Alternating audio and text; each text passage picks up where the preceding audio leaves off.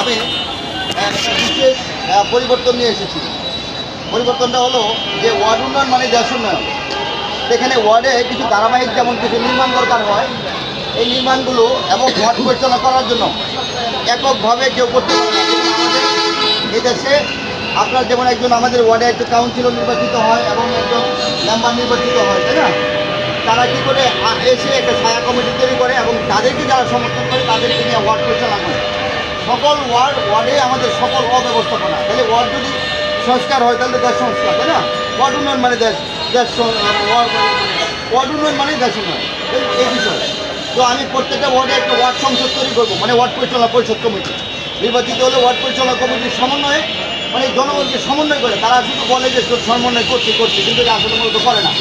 আমরা সমন্বয় করতেছি, সমন্বয় করে আমরা এই সরকারটা আধুনিক সরকার করতে চাই, গাজীপুর থেকে যেন বাংলাদেশ সেটা শিখে। দোয়া চাই, আপনাদের ভোট চাই, মাস মার্কা আমার জন্য দোয়া করবেন। ইনশাল্লাহ দেখা হবে বিজয়ে।